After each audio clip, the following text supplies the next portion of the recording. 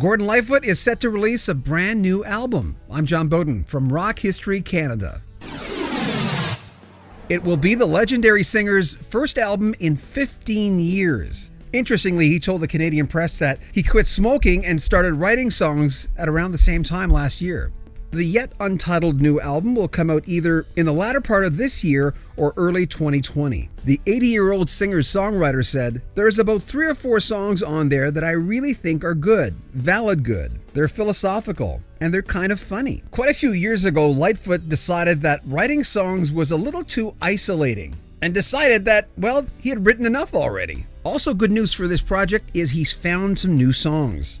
Lost songs. After doing some thorough house cleaning, 2 full CDs of tunes that were decades old. The songs were actually created for the album Harmony, which was sidelined when he suffered a near-fatal abdominal aortic aneurysm. The project was eventually released in 2004, but there were a lot of extra songs. There's also a possibility that Lightfoot will release them like Springsteen released Nebraska, just him and the guitar solo. And there's more Gordon Lightfoot news. There's a brand new documentary named after one of his most popular songs, If You Could Read My Mind, which premiered at the Hot Docs Film Festival in Toronto. I was 14 in 1974 when Gordon Lightfoot released Sundown with Carefree Highway and that title song.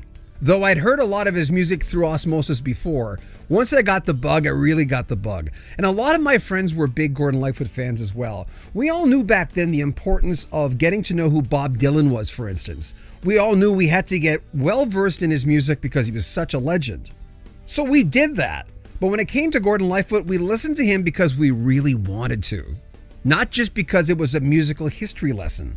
And my wheelhouse also included, of course, 1975's Cold on the Shoulder with Rainy Day People and the title track. I remember in 76 I was reading Bram Stoker's Dracula around the time The Wreck of the Edmund Fitzgerald came out. Summertime Dream was a real classic, and all my classmates that were also listening to Kiss and Led Zeppelin also had that album. And of course, if you like an artist that much, you go back, we were listening to Don Quixote, the Canadian Railroad Trilogy, and many, many more. And it's always exciting if you grew up in the 70s especially. It happened so much. It did that happened for Elton John with me.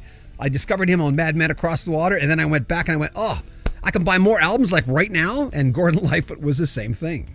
It's nice to see he's still doing it. I'm glad he's healthy. I only saw him in concert once in Edmonton, and he was amazing. Make sure you comment on our videos, subscribe to our channel, and share our videos. This is a new channel. It's important for you to subscribe. We have a huge other channel. It's a monster channel called Rock History Music. That one's doing really well. But as I've mentioned before on this channel, we have a plethora of old 80s and 90s Canadian artist interviews that we wanted to present to you. And we're going to do it on this channel.